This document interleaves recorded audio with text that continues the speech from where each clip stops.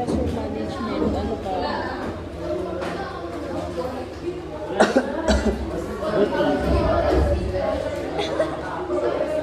Bakit? O nagpa-prayer siya.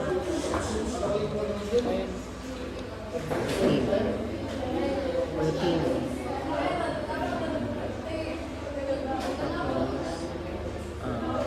Tapos, sub-content mastery.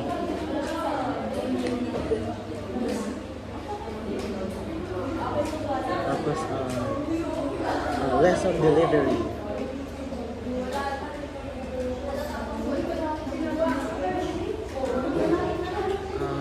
Ano pa? Yung attire niya. Grooming. Okay, so everyone, let's start with your attendance.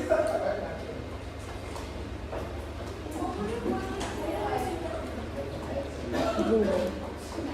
Lance, Harold, Ba't naka-earphones? Paolo, Alexander, Andre,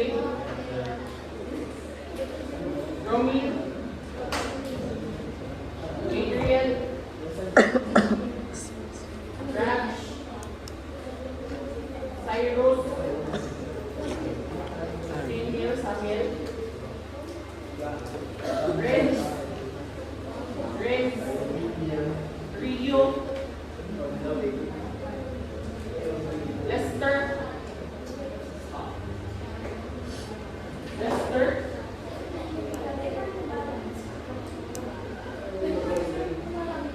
Deha, Junyo, good morning,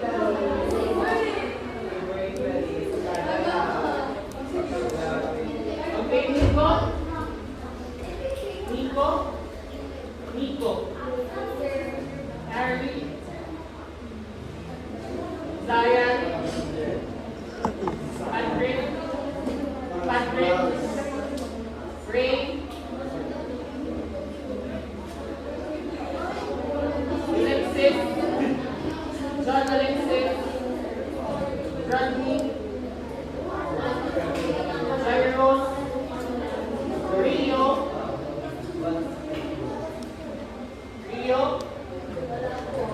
Joey, Yesha, Pauline, Anika, Syra, Gordon, Shane, Karen Ruth, Fatima, Samantha,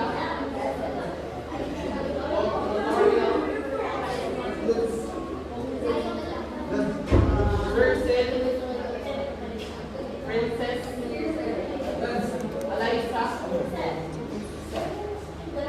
Therese, Maria Alison, surname Kuya,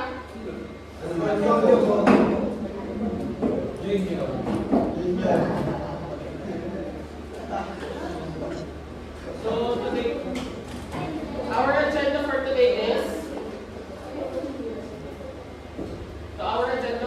is first.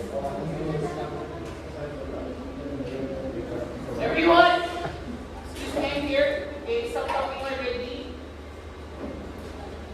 Okay, first we will have the review of our past lesson or the previous lesson. Next, we will have our pre-activity, lesson proper, and activity and interview. Okay, so what we are going to do is, 1 hour discussion, and we will have 30 minutes for your interim and 30 minutes for your activity. Is that clear?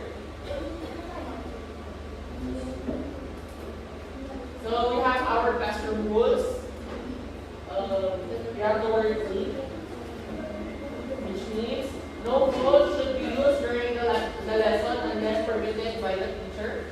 Unless I ask you to use your phones, I think you will not use your phone today, especially you all have your modules, right? Sino po walang module? Bakit so yan? Absent ka ba last time? Last week?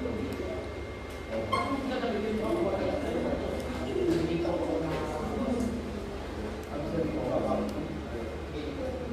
So everyone should engage in the lesson and listen attentively.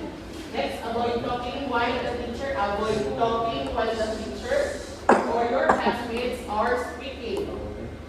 And lastly, take turns speaking by raising your hand. Raise your hand if you want to say something. Okay.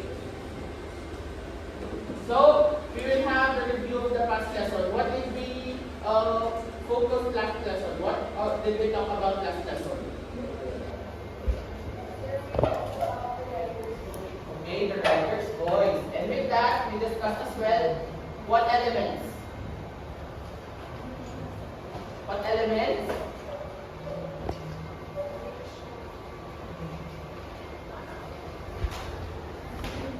Elements that shapes the writer's voice. And we have heard as well elements that makes creative nonfiction unique. Okay, so we have first narrative, which retells real experiences using storytelling techniques. What are those storytelling techniques I mentioned last week? First is from the story, wallet story in the market. From the simple, I went in the market.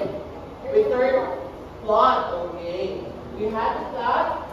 First, while I went into the market, your introduction, and what's your rating option there?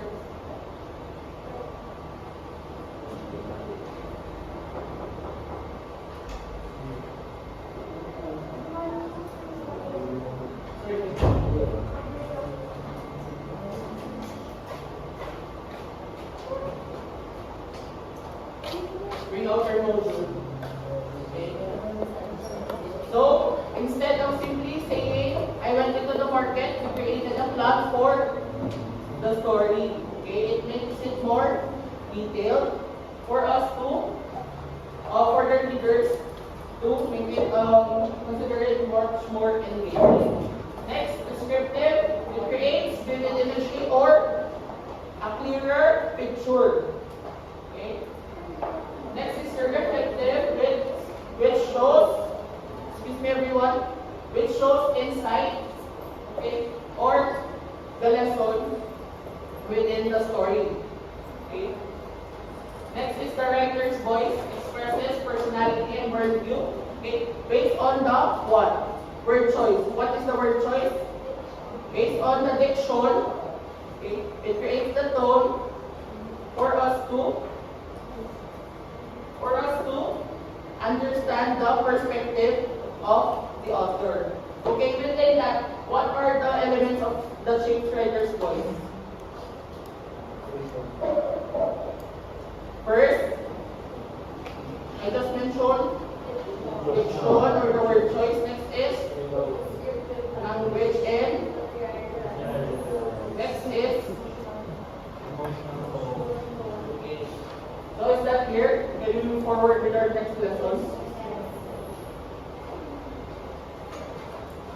So before that, we will have a short activity. So I will be giving you. Okay, so observe the two paintings carefully. I will show you two pictures. While the music plays, pass the flag to your classmate. When the music stops, the student holding the flag will answer. So I will group you into 4 groups. Okay? I will give you flags and you will pass it around. Tapos pag nag-stop yung music, kung sino yung sultante na nakahawak ng flag, siya yung mag-answer. Okay? So while I am giving you the flag, I will present image.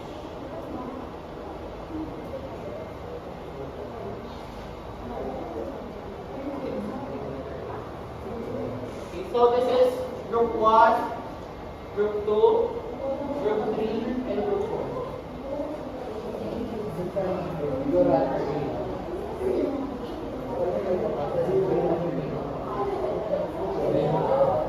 Passing per round. Okay, so analyze the image for 2 minutes.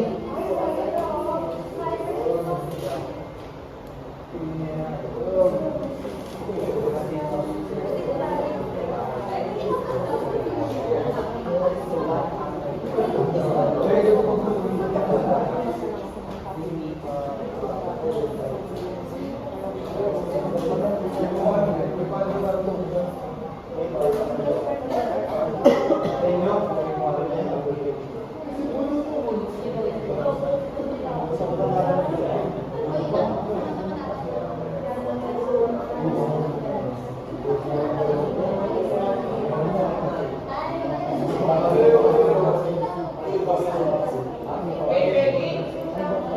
Ready? So every group will be given a chance to answer the question that will be presented.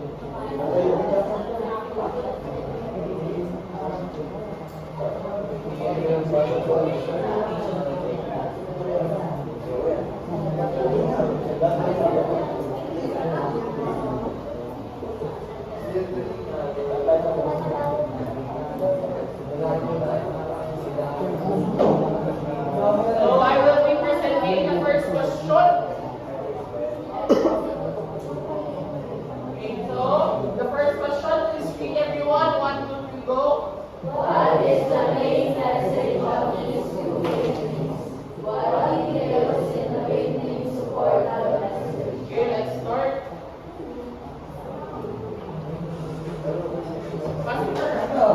Isang lesson lang po dito. Letter A lang.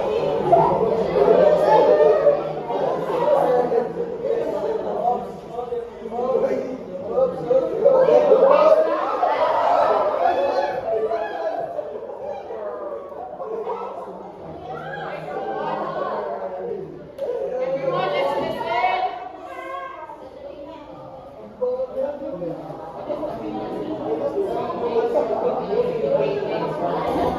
Excuse me, are you all group 1? Group 1 po kayo lahat?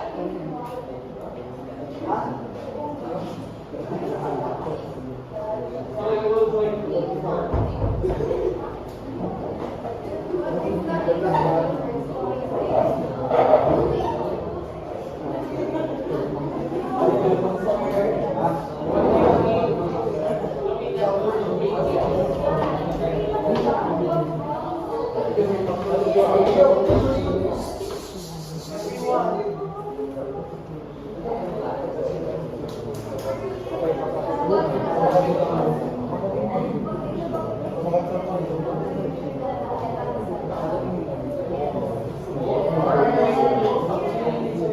For you?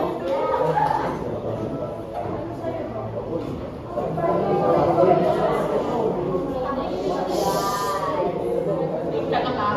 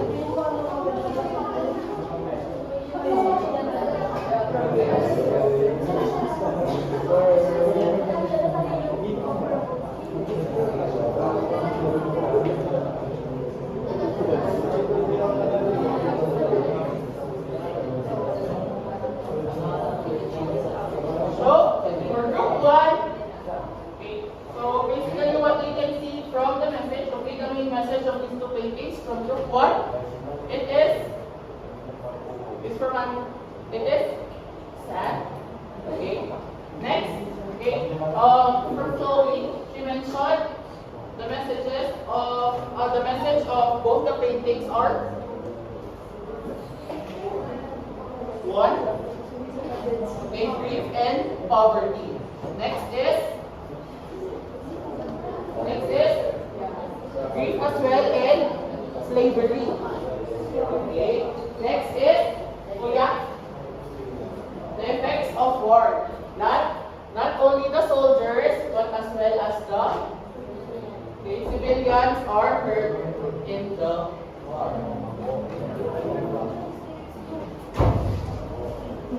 So, next question. So, basically what can we see? Prevail in the possible maybe effects of war. And with that, let's move with our next question, which of these two pictures affects your emotion? Okay, let's start again.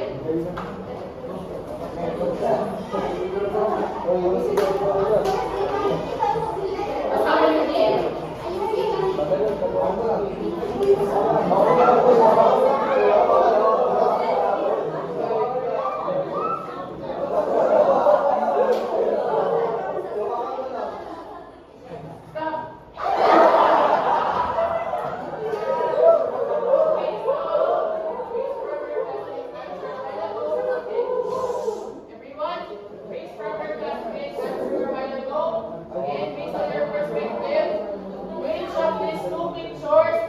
Your emotion.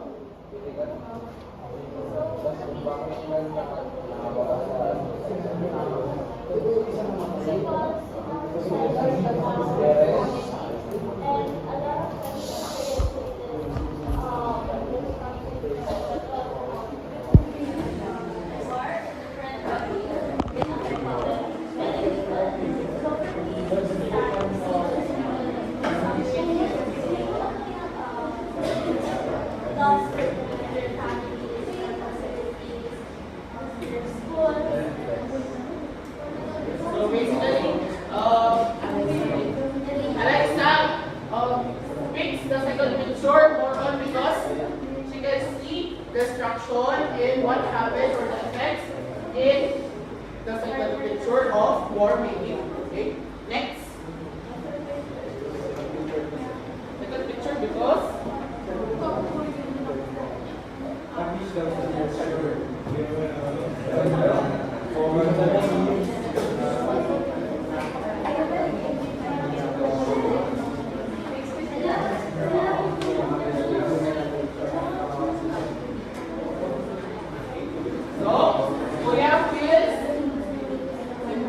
sympathetic to the second picture, so it affects much more in his emotion. Okay, next book.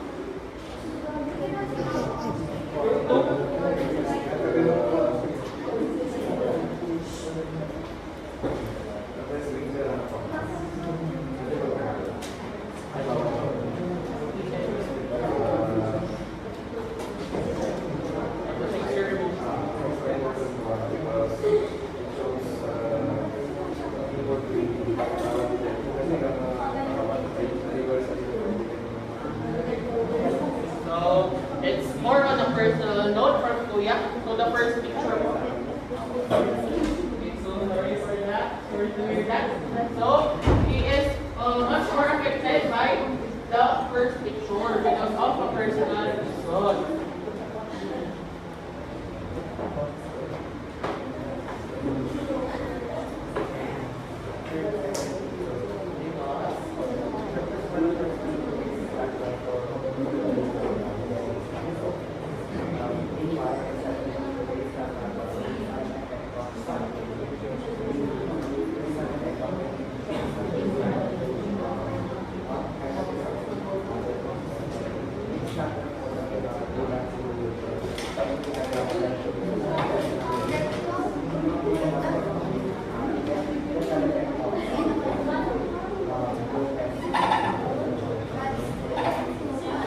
Basically, for one, that is a natural thing to happen to a human, while war is caused by misunderstanding that should be controllable by people.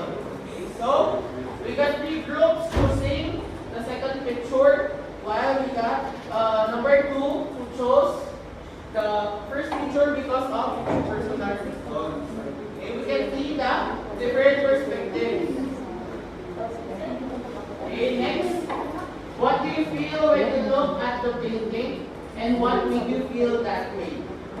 What do you feel when you look at the painting and what made you feel that way? Start. Kahit ano letter, basta isang letter lang. Okay, 1, 2, 3, go. Hindi ako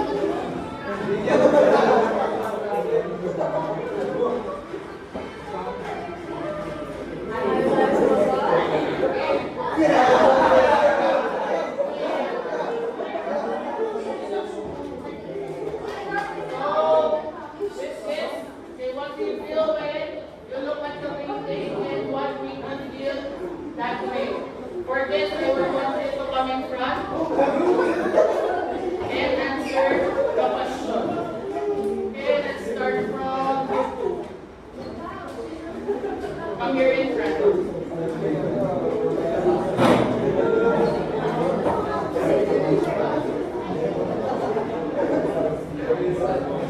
What do you feel when you look at the painting and what made you feel that way? Choose from the first or the second painting. Looking at the second page, I feel that really shows or represents something that is very challenging when it comes to children. Also, be careful trying to handle the disaster like the fire here. Because of that, I feel very sad. So you feel sympathy for the children who is experiencing what is challenging.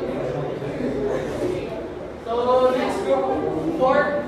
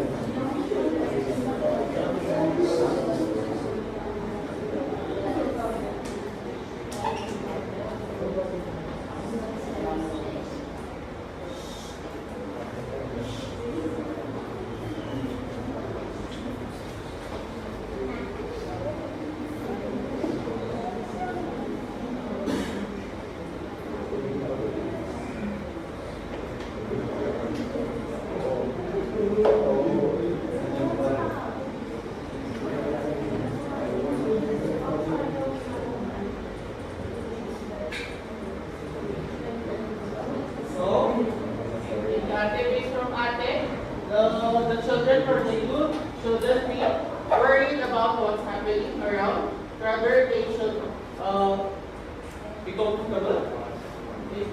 And that shouldn't be the situation they are in. Okay.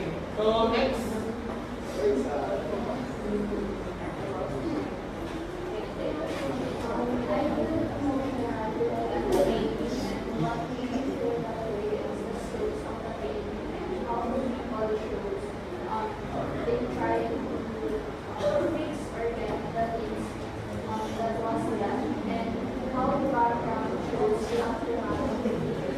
Okay, so basically she got on by the strokes of the painting, how it was made, and okay, so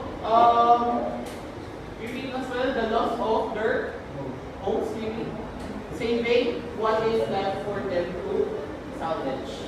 Okay.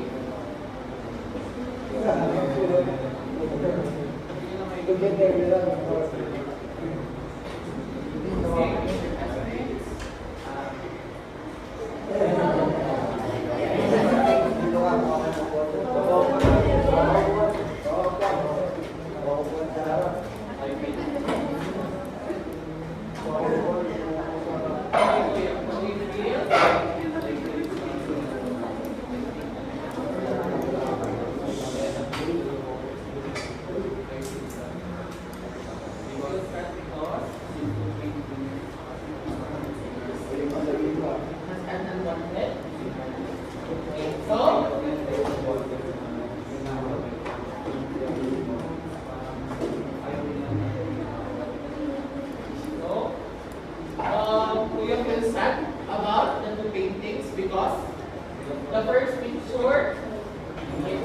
are grieving, and the second picture.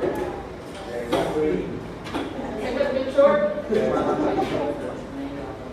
Okay. They are experiencing hardship. Okay, from that activity, okay, you were able to predict the painting based on different perspectives. Keep those cards first. Make sure you have both letter A and B. Okay. So, with that, how can we predict? Okay. You already predict a picture. So, let's try to learn more about appropriate critiquing, and reading and critiquing the papers in CNF or the pieces in CNF. So, our lesson for today is, please read 1, 2, 3, go.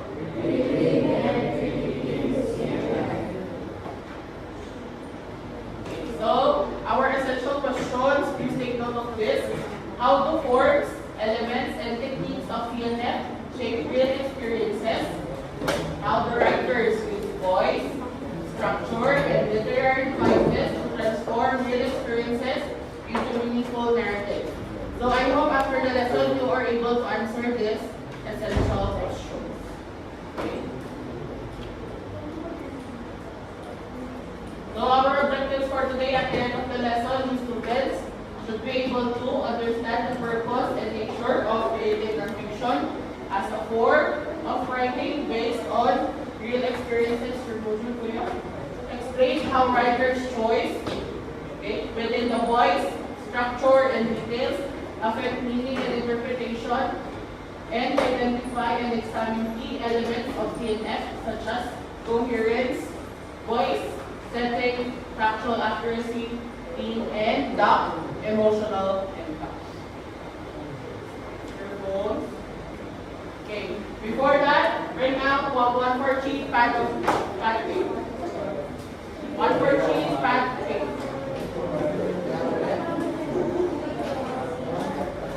Write your name.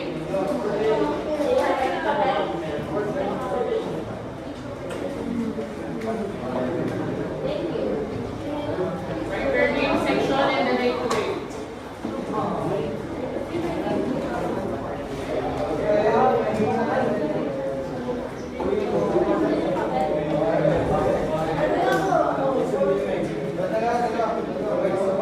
Okay, ready?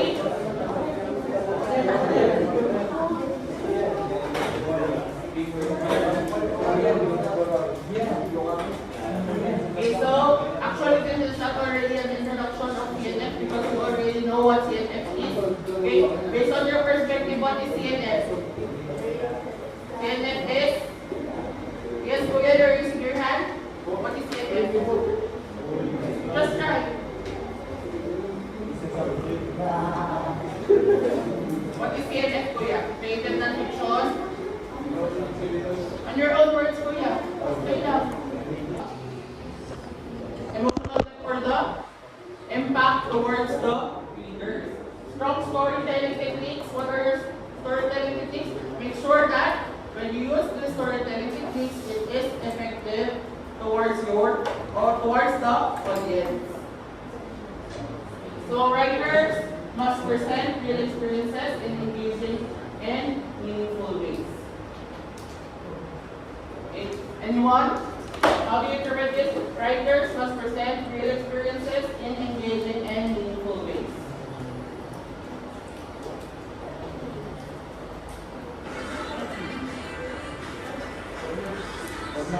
So,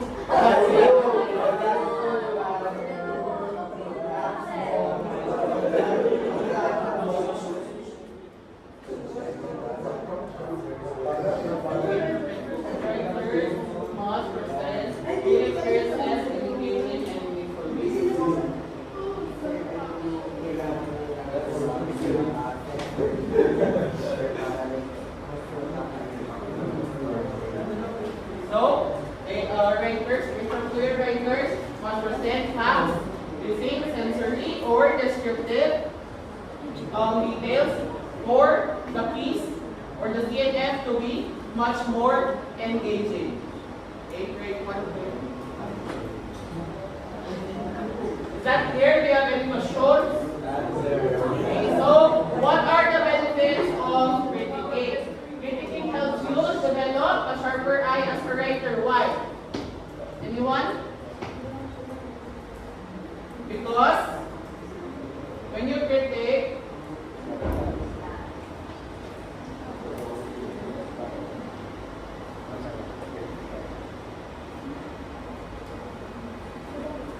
sino po yung natigilan ng group 2?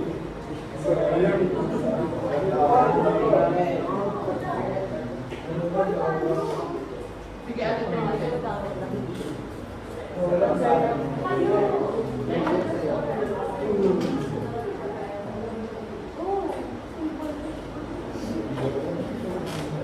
Because they have to interpret and analyze. And with that, And develop a sharper eye. Right. okay, so with that, so because they have to interpret and analyze what is being said, they are able to read it. And if you are critiquing for a long time, you are able to see easily what is wrong maybe, or the mistakes in the structure or the grammar maybe of your statement. Next, recognize effective and weak strategies. Kanino po na sa inyo? Recognize effective and weak strategies.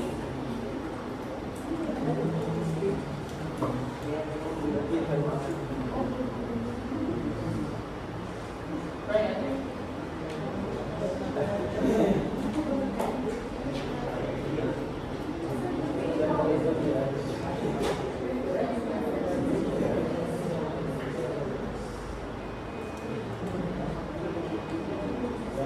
Okay, anyone from the group?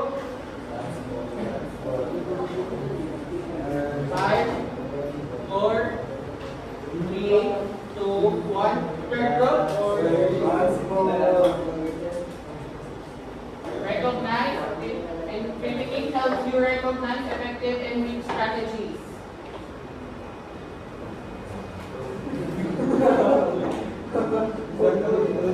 Start. Okay, ate.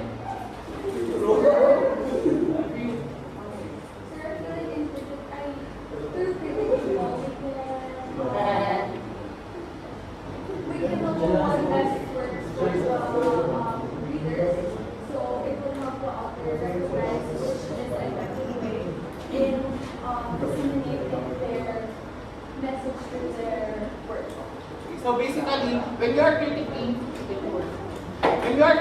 you are reading the work as well. And if it is effective, of course you can recognize if it is already effective to you because it gets impact in your, okay? It gets impact to you as the reader. Okay? Next is give constructive and respectful feedback. Okay?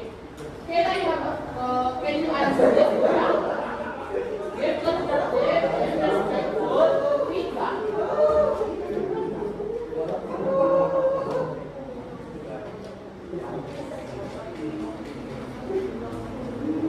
Anyone from the group?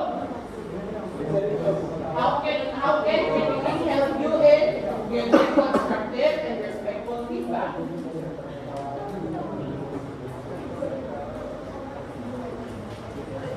Okay. So basically, it gives you constructive, helps you to give constructive and respectful feedback because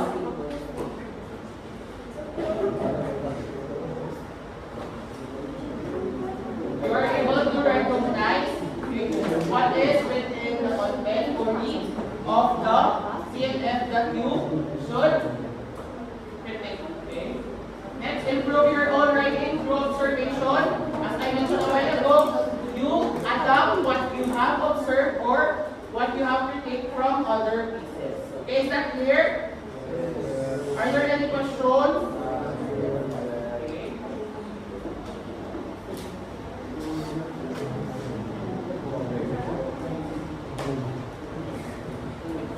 Okay. So what features do we look for when critiquing in CNN. So let's look at the picture. Okay. What to look for in CNF when critiquing? Focus on how the text is crafted. Examine elements such as coherence or the connection. Okay. You have your main idea, and of course the flow is based on the main idea. You are thinking of the connection. Is it then appropriate? Okay. Coherence or the flow, the proper flow and organization of your piece. The voice or the writer's voice, the whole mix of the writer within the piece, okay. The setting or the vibe of the place, okay, the environment of the place, and emotional or the emotional depth. How does the writer share his or her insight for you to reflect on? So these help in giving balanced feedback. A reminder, a critic is not an attack. You do not critique to attack or to make the writer feedback. Rather, it helps you to, okay, or it helps them to have a better piece. Next, provide helpful feedback based on evidences from the text. Of course, you do not just critique that you say, this is complete. Of course, you cite something from the text that helps the writer understand which part of the text or the piece that he wrote or she wrote is the one that has something to do on your comments. Next, always be respectful, fair, and constructive. You do not just write something that because it is brought up by your strong emotions, maybe strong feelings. Make sure you are giving constructive criticism. Okay? You write the critic for a reason, okay, as well as the basis from the evidences. Is that clear? Yes, sir. So we have here the first short, coherence, and organization. What are the guide questions for you to achieve this? Okay, is the narrative and relatable or and logically arranged? Okay. It should be starting from first to finish. I'll get your phone. From first to finish, okay, the organization of the pieces. Or are ideas connected smoothly? How do you do that? What words are appropriate or phrases do you use to have a smooth flow? What words are those or phrases?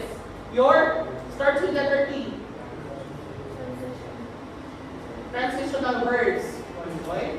Transitional words or transitional phrases to have your pieces ready. A well-organized text is easy to follow. Okay. Any questions for coherence, organization? Okay. So we have here an example. Connect the sentences using transitional devices. However, therefore, but, and as a result. To help link ideas together smoothly.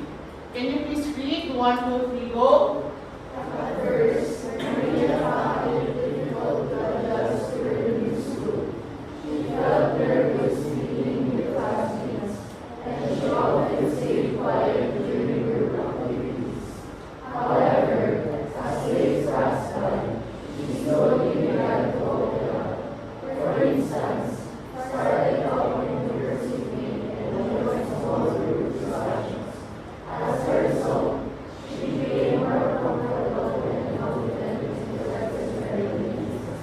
So, is the flow smooth? Transitional words. What are your transitional words used?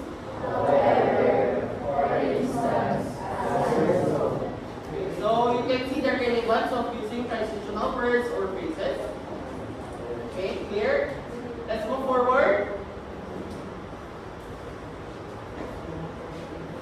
So next is our scenes and narrative elements. So what are the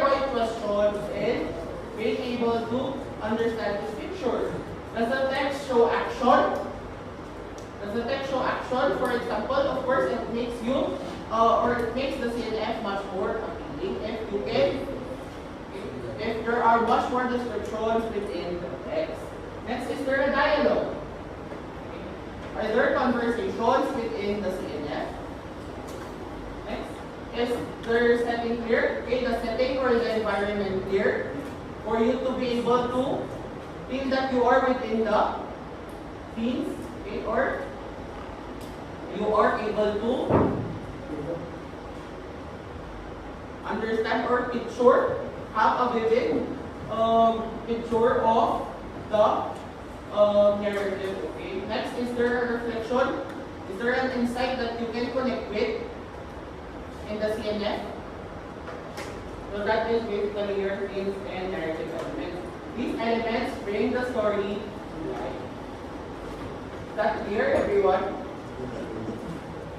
Voice and tone, okay, or the writer's voice, his or her personal touch within the CNF. Okay. Is the narrator authentic? Okay. As showed a while ago, I only showed 3 same questions and 2 same pictures, but you had different perspectives. Even you chose the same picture and you answered the same question. That is your authenticity as, for example, a writer. Okay. You have your own voice, you have your own way of interpreting things. Okay. Authentic. Okay.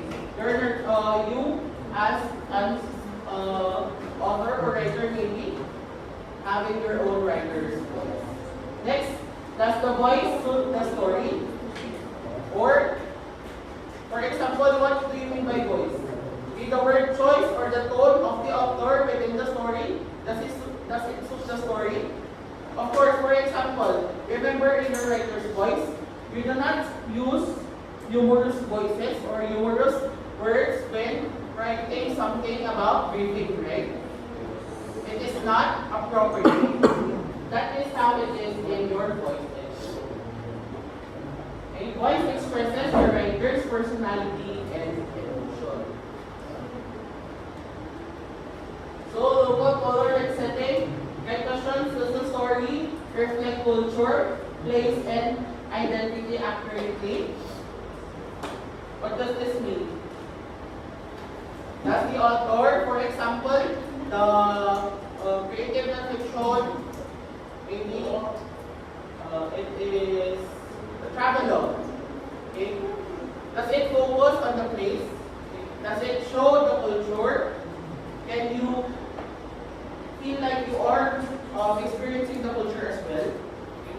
That's how, or how does the creator make you feel that way within the scene? Or the writer within the scene? Okay, is that clear? Local color or setting? Okay. The background, how descriptive the author is able to share for you to imagine the scenery within the setting of the piece. So, factual accuracy, of course, this is creative nonfiction, so it is understood that the details should be true and correct. How accurate does this actually show? Is shown in the text. Even it is creative, it should be true and correct, or it is based on factual basis. Okay? Are facts blended smoothly with storytelling? Make sure that you do not just do it creatively, rather it should be suitable. Creativity in sharing facts should be blended smoothly for the readers to put interest within it.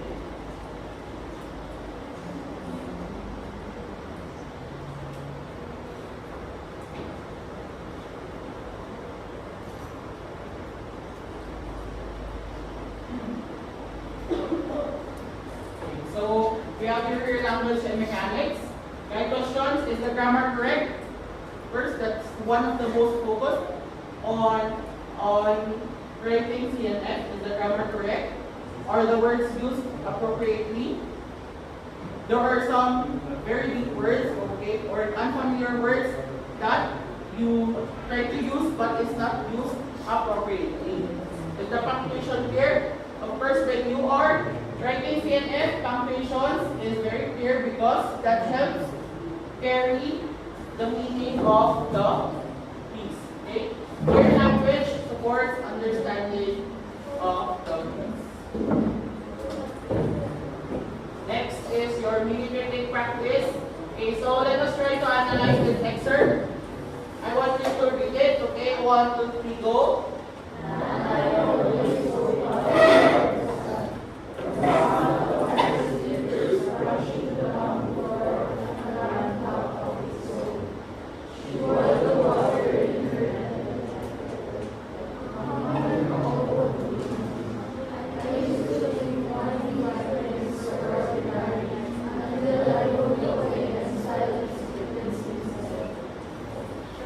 So focus on the details, emotions, and structure.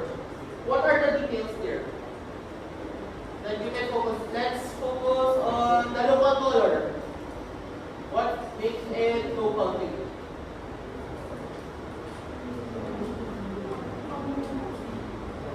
Kundiman? Nanay? Okay, kundiman. I put 1 each. Any other more? What? Bamboo floor. Okay, so what local color is that painting? What local color does that represent? Being in the house?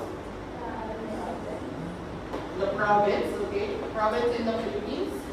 That makes it unique. Okay, so that's our local color there. How about the emotion?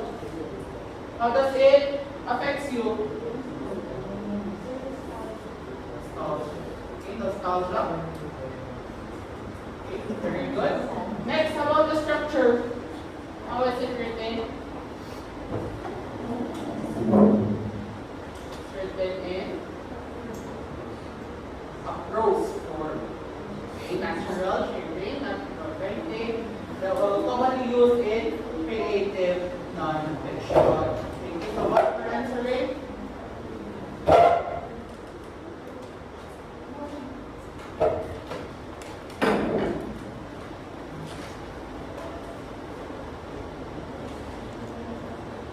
Okay, so how can students tell if CNF meets these requirements? Okay, the requirements is first, proof. Does the story feel real and honest?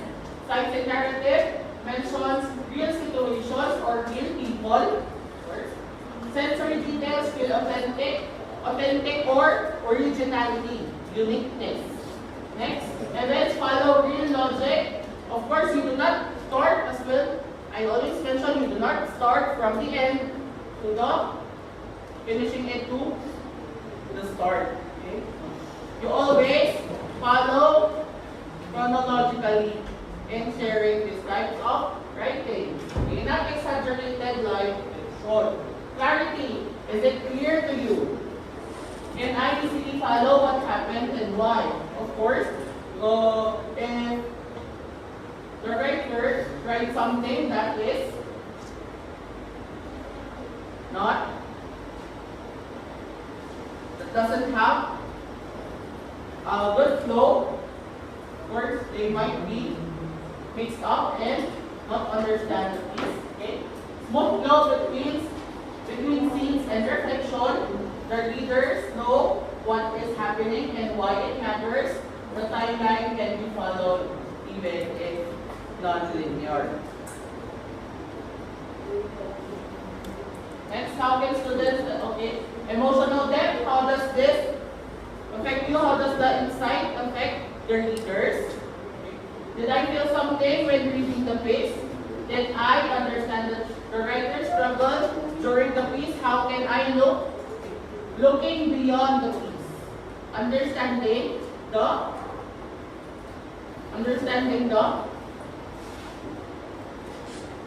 the perspective of the author, why he or she has written this piece. Okay, did I understand the writer's struggle within the piece? Okay. Emotional honesty, insight about life or self. Basically, remember what I told you before about insight. It is either from the past and to the present. Okay. Relating what happened before that seems normal, and now you are thinking about it as something very important or reflective for you. Feelings described beyond surface level.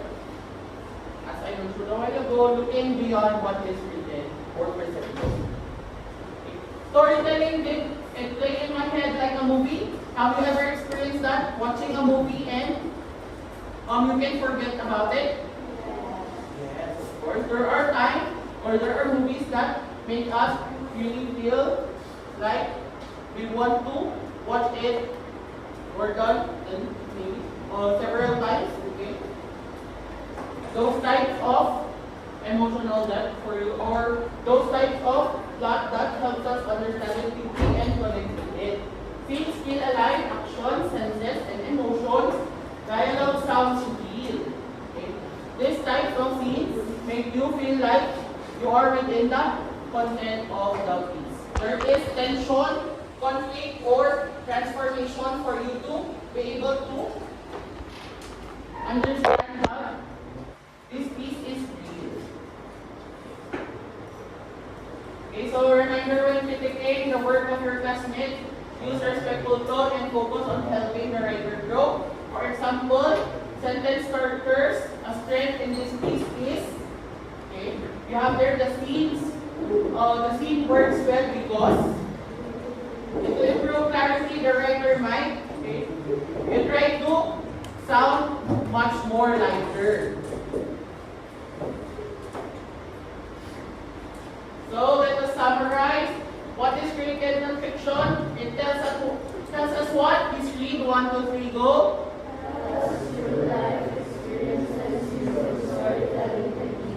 Next.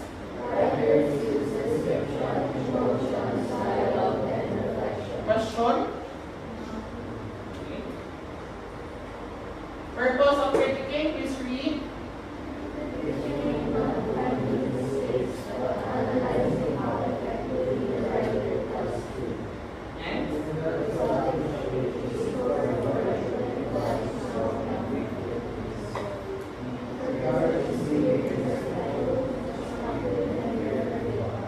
Okay, any questions? Next, what CNF requires?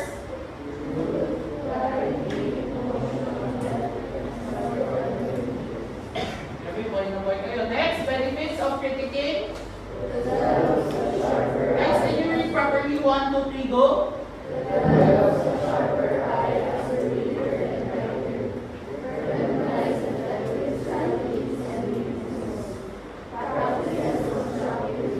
Any other questions?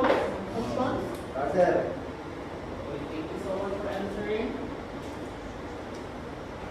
Okay, so what are the important features of creative nonfiction? To give effect to the story, coherence and organization, the smooth flow, using transitional words or phrases, scenes and narrative and elements, is the dialogue effective and appealing to you as the reader, local color or setting, the authenticity or description of the environment of the piece, factual accuracy.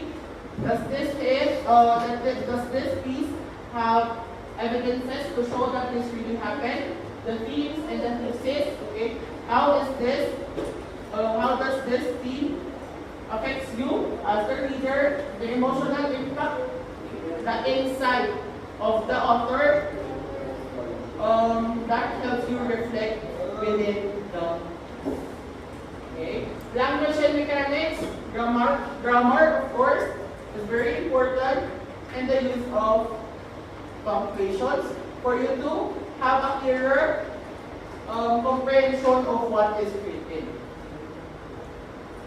And remember, when we critique, we only focus on the text, not the writer. Okay, use evidences from the story to explain opinion, and always be respectful and constructive. Okay, so with that, may I ask you to submit your papers? Submit your papers, 1/4, and bring out lengthwise for your interview. That's why I've been asking you questions for you to. But you already have all 5 points. for your attendance. Addition lang po yung mga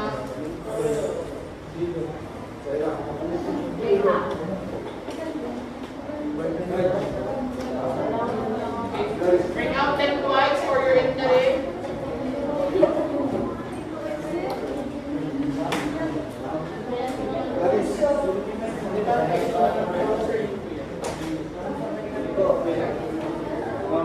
And can you pass the class as well?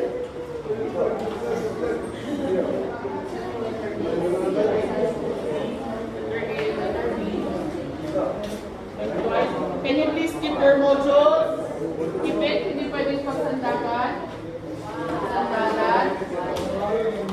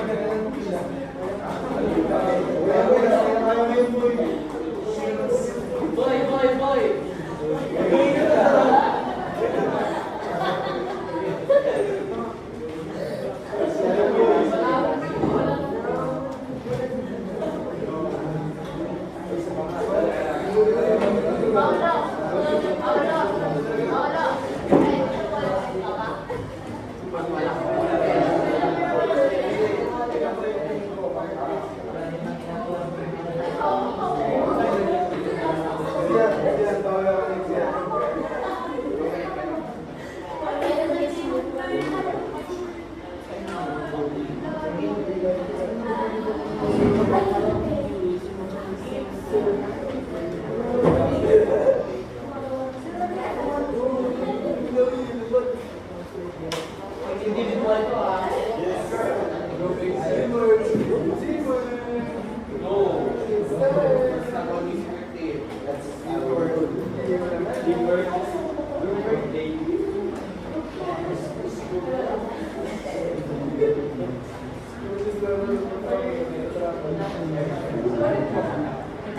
Perfect talaga to.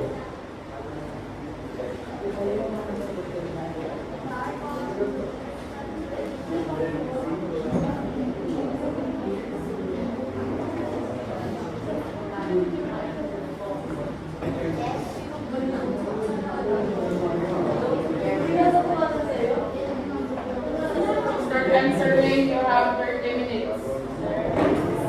I go. 25.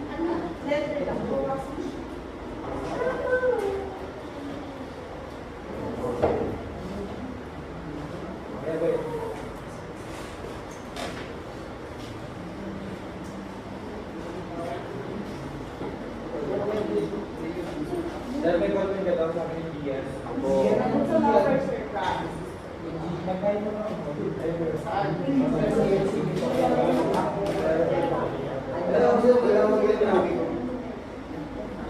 Sige, answer na.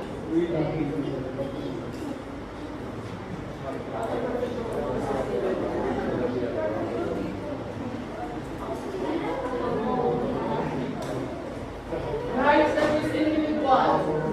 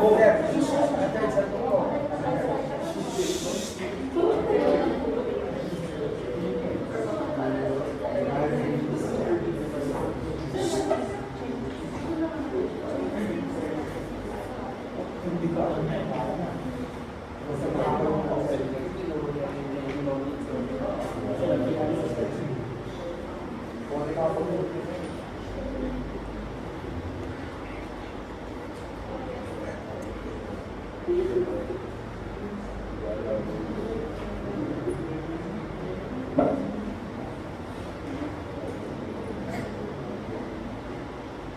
individual po yan, hindi po yan group work or pair work.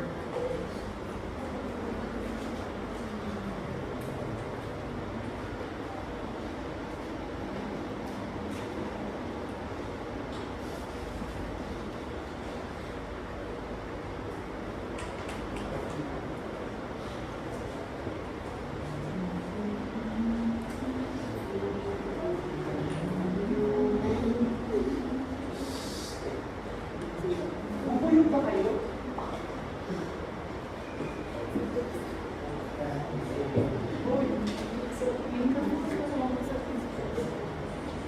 Ay, sis, dyan, ay, sis.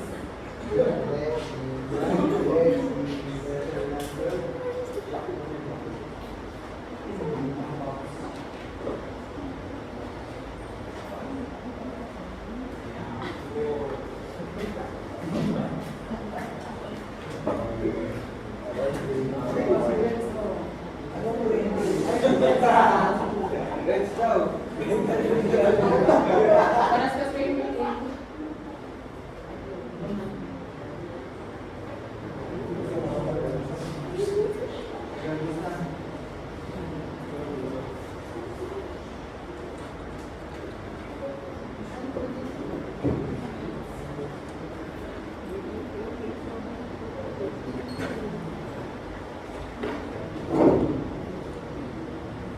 Mr. Archer,